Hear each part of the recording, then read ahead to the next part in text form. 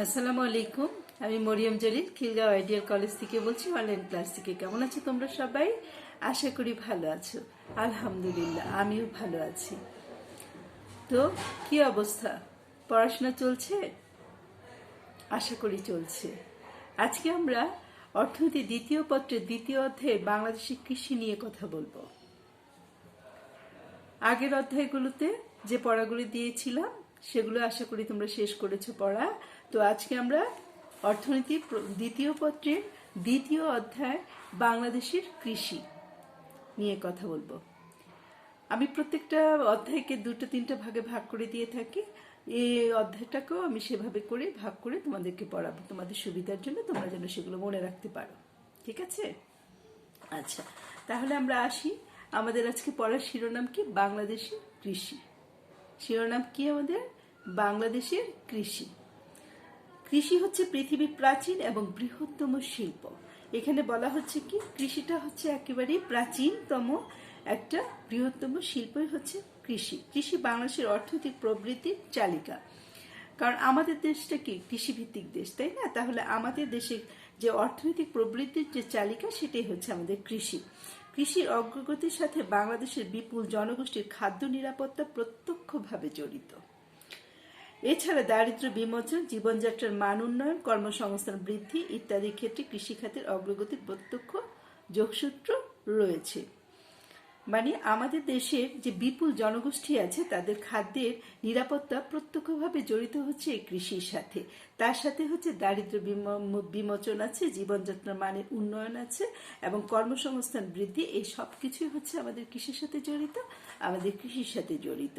কৃষি শব্দটি উৎপাদন, বাছাইকরণ, বাজারজাতকরণ, শস্য বন্টন এবং গুদামজাতকরণের সাথে সম্পর্কিত। আমাদের যে কৃষি বিষয়টা আছে, বাংলাদেশের যে কৃষি, সেটা কি শুধু আমরা মাঠে উৎপাদন করছি যে কোনো একটা ফসল সেটাই শুধু? তা কিন্তু না। তাহলে আমাদের কৃষি বলতে কি কি বোঝানো হবে? এখানে হচ্ছে উৎপাদন, কৃষির সাথে যেটা আসবে সেটা হচ্ছে উৎপাদন আসবে, তারপরে আসবে হচ্ছে বাছাইকরণ, তারপরে আসবে হচ্ছে বাজারজাতকরণ, তারপরে শস্য বন্টন এবং গুদামজাতকরণ।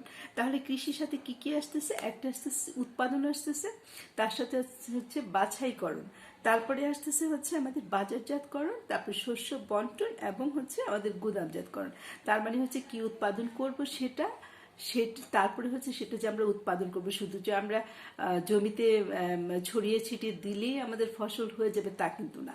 সেখান থেকে আবার বাছাইকরণ আছে, তারপরে হচ্ছে আবার এমনও আছে যে আমাদের উৎপাদন করতে হলে আমাদের কি বাছাইকরণ করতে হবে, আসলে আমরা কি উৎপাদন করব, তাই না? এখন আমার কি উৎপাদন করা প্রয়োজন বা কি উৎপাদন করলে এখন আমার দেশের জন্য এটা জরুরি, হ্যাঁ, এই বিষয়গুলো আছে। আবার আমাদের ফসল লাগানোর পরে আমাদের ক্ষেতের যে বিষয়টা আছে সেখানেও কিন্তু বাছাইকরণের একটা ব্যাপার আছে। তোমরা জানো এখানে আগাছা হতে পারে, হ্যাঁ, তাই না? ওগুলোকে বাছাই করতে হবে। তারপরে আছে সেটার সাথে হচ্ছে বাজারজাতকরণ। আমরা যে উৎপাদনগুলো করবো সেগুলোকে তো বিক্রি করতে হবে, তাই না? সে বিক্রি করলে আমাদের কি হচ্ছে? আমাদের তাহলে অর্থনৈতিক যে উন্নয়নের কথা বলা হচ্ছে সেটা হচ্ছে এটার সাথে জড়িত, বাজারজাতকরণের সাথে। তারপরে হচ্ছে শস্য বন্টন। শস্য বন্টনের ভিতর মাঝে যেটা আছে সেটা হচ্ছে সেই শস্যটা হওয়ার পরে সেটা হচ্ছে বন্টন করতে হবে, সেটা বাজারে যাবে, তারপরে হচ্ছে তাদের নিজেদের জন্য থাকবে, তারপরে সেটা জাতীয়করণ, জাতীয় মানে সেটা শহরে পাঠাতে হবে বা আঞ্চলিকভাবে বিক্রি হবে। এই যে বিষয়গুলো আছে সেগুলো শস্যটাকে হচ্ছে বিভিন্ন ক্ষেত্রে বন্টন করতে হবে, তাদের প্রয়োজন অনুযায়ী, চাহিদা অনুযায়ী সেগুলোকে বন্টন করতে হবে।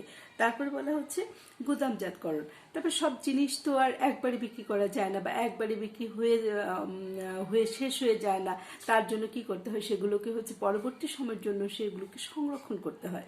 তাহলে তোমরা জানো যে এই যে কোল্ড স্টোরেজ আছে, সেখানে আলু রাখে, হ্যাঁ, এগুলো, তারপরে হচ্ছে ধান, তারপরে পাট, তারপরে আরো অন্য যেসব জিনিসগুলো আছে সেগুলোকে হচ্ছে পরবর্তী সময়ের জন্য যে মজুত করে রাখা হয় বা রাখা দরকার আমাদের জন্য,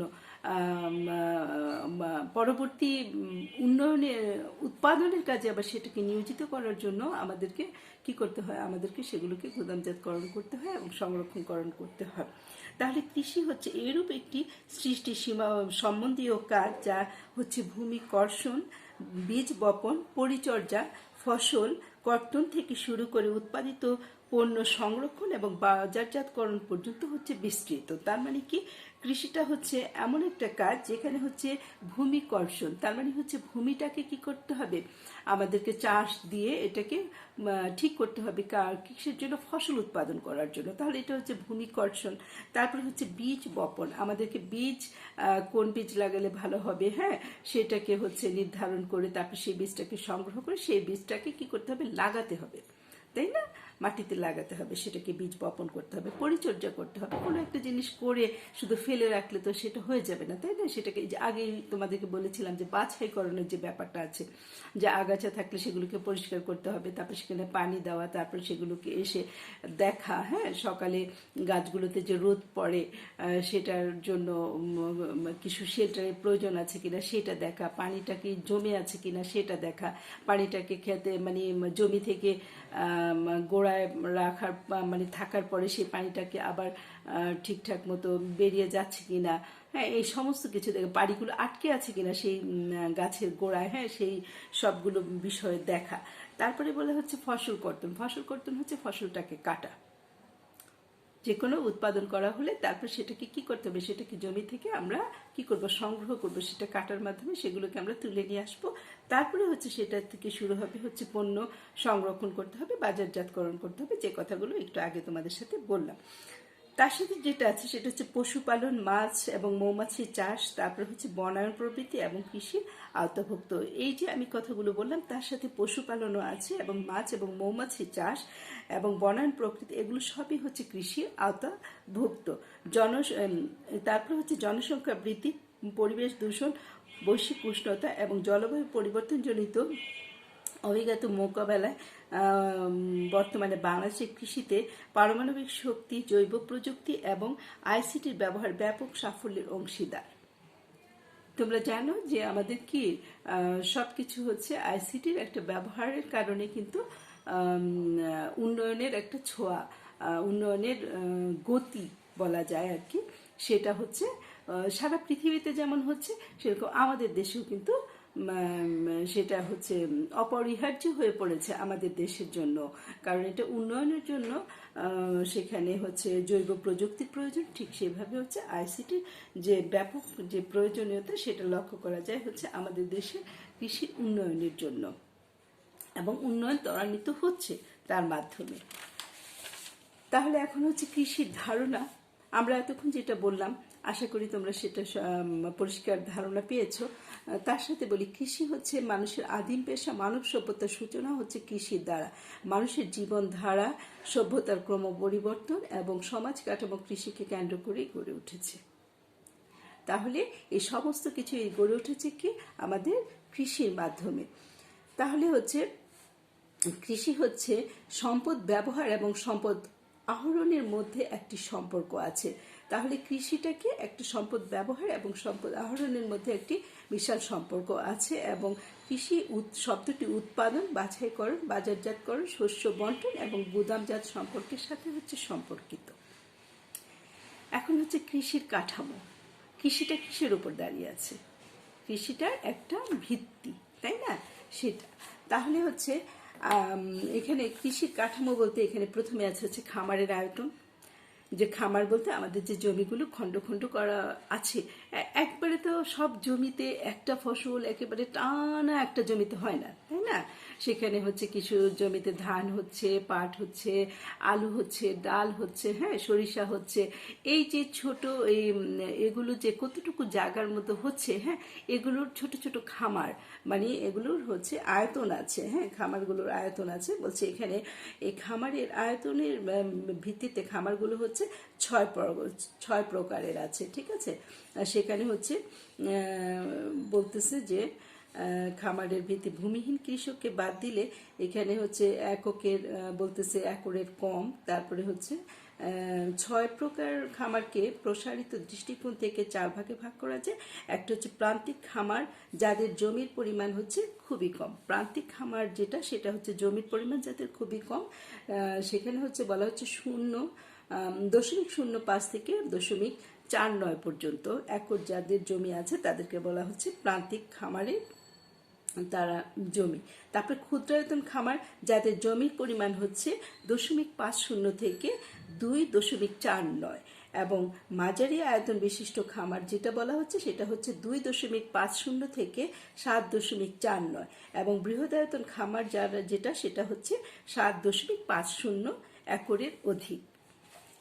এইগুলোর ভিত্তিতে হচ্ছে আমাদের কি করে হয়, আমাদের এই খামারের আয়তনের ভিত্তিতে হচ্ছে আমাদের কৃষি কাজগুলো যে আমরা করি সেগুলো হচ্ছে ওখানে আমাদের করা হয়।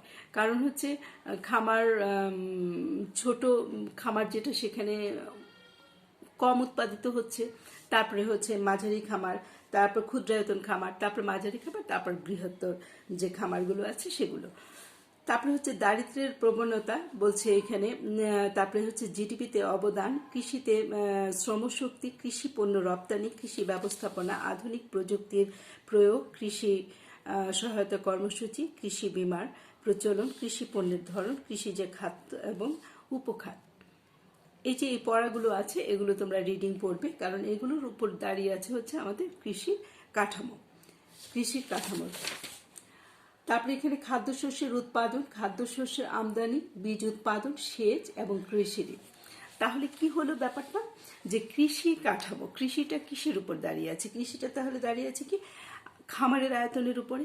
আগেই যে বললাম 4টি খামার। তারপরে হচ্ছে দারিদ্র্য প্রবণতা, এখানে বলছে 2016 সালে সর্বশেষ হচ্ছে আয় ব্যয় জরিপ অনুযায়ী দেশের বর্তমানে দারিদ্র্যের হার হচ্ছে 24.3%।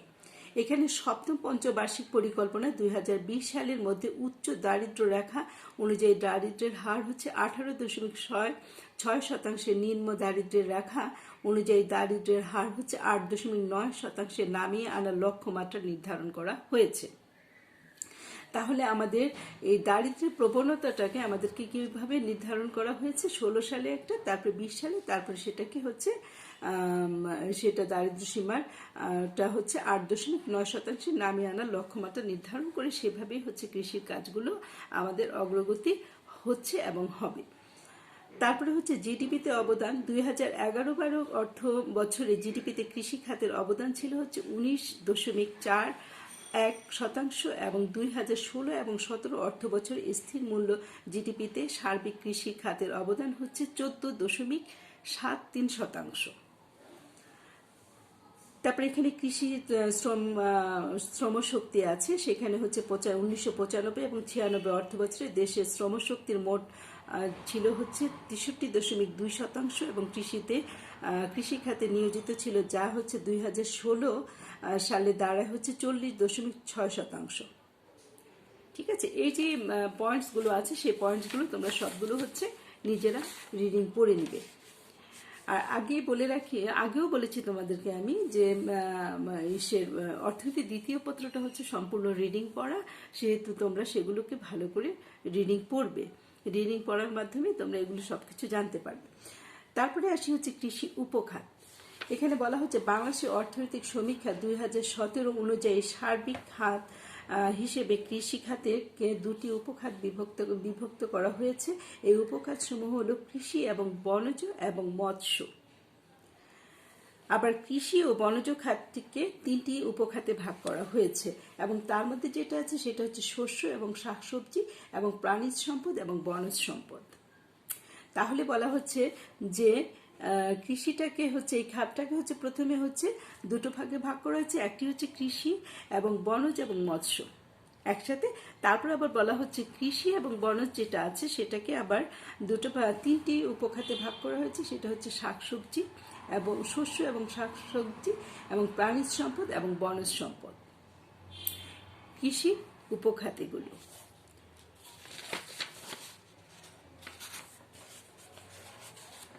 তারপর কৃষির মৎস্য সম্পদ আছে, এখানে শস্য এবং শাকসবজি, তারপর হচ্ছে প্রাণীজ সম্পদ, তারপর আছে মৎস্য সম্পদ। ঠিক আছে, তোমরা এগুলো ভালো করে রিডিং করবে। তারপরে কৃষি খামার এবং কৃষি জোট। কৃষি খামার এবং কৃষিজোত।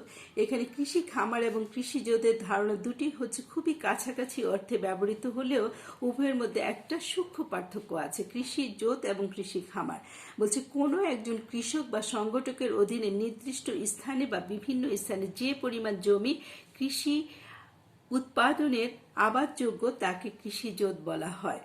বলছি কি কোনো একজন কৃষক বা সংগঠকের অধীনে নির্দিষ্ট স্থানে বা বিভিন্ন স্থানে যে পরিমাণ জমি কৃষি উৎপাদনের আবাদযোগ্য সেটা হচ্ছে কৃষিজোত। সেটা কার? কোনো একজন কৃষকের বা সংগঠকের। তার হচ্ছে একই জায়গায় থাকতে পারে জমি, আবার বিভিন্ন জায়গায় ছড়িয়ে ছিটে তার জমিগুলো থাকতে পারে, কিন্তু সেগুলো যদি কৃষি কাজের জন্য আবাদযোগ্য হয় তাহলে সেগুলোকে বলা হয় হচ্ছে কৃষি জোত। পক্ষান্তরে কোনো কৃষি জোতে যখন চাষাবাদের পরিকল্পনা করা হয় তখন তাকে কৃষি খামার বলে। এই কৃষি জোতগুলোতে যখন কোনো কিছু চাষাবাদের পরিকল্পনা করা হবে তখন সেটা কৃষি খামারে পরিণত হবে। প্রথমে হচ্ছে যে খণ্ড খণ্ড জমিগুলো আছে পড়ে আছে তার সেই জমিগুলো, কিন্তু সেগুলো আবাদযোগ্য, কিন্তু সেখানে আবাদ শুরু হয়নি, তাহলে সেটা কি কৃষি জোত। আর যখন সেই জোতগুলোর মধ্যে হচ্ছে কোনো কিছু চাষাবাদ করার পরিকল্পনা করা হবে এবং চাষাবাদ করার কাজ হাতে নেওয়া হবে তখন সেটা হয়ে যাবে কৃষি খামার। ঠিক আছে, কথাটা বুঝতে পেরেছো তোমরা? আচ্ছা, তাহলে হচ্ছে এখানে কৃষি খামার মূলত হচ্ছে ভূমি যে ব্যবস্থা আছে সেটাকে নির্দেশ করে, অর্থাৎ কৃষি শিল্প এবং অন্যান্য সকল প্রকার উৎপাদন কাজে পরিচালিত হয় এই খামারগুলো হচ্ছে কৃষি শিল্প এবং অন্যান্য যে সকল প্রকার উৎপাদন আছে সেগুলোতে হচ্ছে এই জোতগুলো কি করে হয়, ব্যবহার হয়ে সেগুলো খামারে পরিণত হয়। খামারের আয়তন হচ্ছে বড় এবং ছোট হতে পারে। আগেও তোমাদেরকে কথাটা বলেছি যে খামারের আয়তন ওখানে বলেছিলাম হচ্ছে 4 প্রকারের, তাই না? একটা প্রান্তিক ছিল, তারপরে ক্ষুদ্র, তারপরে মাঝারি, তারপরে ছিল বৃহদায়তন, তাই না? তাহলে এখানে হচ্ছে সেখানে এই খামারের আয়তনগুলো বড় বা ছোট হতে পারে। আবাদযোগ্য বা চাষযোগ্য উপযোগী কোনো কৃষক বা সংগঠনের যে কোনো আকৃতিতে জমিকে কৃষিজোত এবং উক্ত জমিতে উৎপাদন কার্য শুরু হলে তাকে কৃষি খামার বলা হয়। তাহলে কৃষি খামারের যে প্রকারভেদ আছে সেখানে হচ্ছে কৃষি খামার হচ্ছে কি, এখানে 3টা ভাগে ভাগ করা যায়। একটা হচ্ছে চাষাবাদের প্রকৃতি এবং আয়তনের ভিত্তিতে, আরেকটা হচ্ছে উৎপাদনের ধরন বিবেচনা, একটা হচ্ছে মালিকানার ভিত্তিতে। তাহলে কৃষি খামারটা হচ্ছে প্রথমত 3 প্রকার। একটা হচ্ছে কি চাষাবাদের প্রকৃতি অনুযায়ী, আরেকটা হচ্ছে উৎপাদনের ধরন বিবেচনা, আরেকটা হচ্ছে মালিকানাধীন। তাহলে চাষাবাদের প্রকৃতি অনুযায়ী যেটা, সেটাকে আবার 2 ভাগে ভাগ করা যায়। একটা হচ্ছে জীবন নির্বাহী খামার, আরেকটা হচ্ছে বাণিজ্যিক খামার। তাহলে চাষাবাদের প্রকৃতি অনুযায়ী যেটাকে নির্ধারণ করা হয় তাহলে সেটা হচ্ছে দুটো, সেটা হচ্ছে একটা হচ্ছে জীবন নির্বাহী খামার, আর একটা হচ্ছে বাণিজ্যিক খামার। আর উৎপাদনের ধরন বিবেচনা করে যেটা করা হয় সেটা 2 প্রকারের, সেটা 3 প্রকারের। একটা হচ্ছে বিশেষায়িত, একটা হচ্ছে বহুমুখী, আর একটা হচ্ছে মিশ্র। আর মালিকানার ভিত্তিতে যেটা, সেটা হচ্ছে একটা হচ্ছে ব্যক্তি মালিকানা, আর একটা হচ্ছে সমবায় এবং যৌথ। ঠিক আছে, আশা করি তোমরা বুঝতে পেরেছো। এবং এখানে পুরা পরিষ্কারভাবে লিখে দেওয়া আছে সবগুলো পয়েন্টস, যেগুলো তোমরা রিডিং পড়বে। তারপরে আসি আমরা হচ্ছে আদর্শ খামার সেটা কি? আদর্শ খামার বলতে বোঝায় যেখানে উৎপাদনের বিভিন্ন উপাদানে সুষ্ঠু প্রয়োগের ফলে একর প্রতি সর্বাধিক কৃষি ফলন হয় এবং সর্বাধিক কৃষি ফলনের লক্ষ্যে চাষাবাদ করা হয়।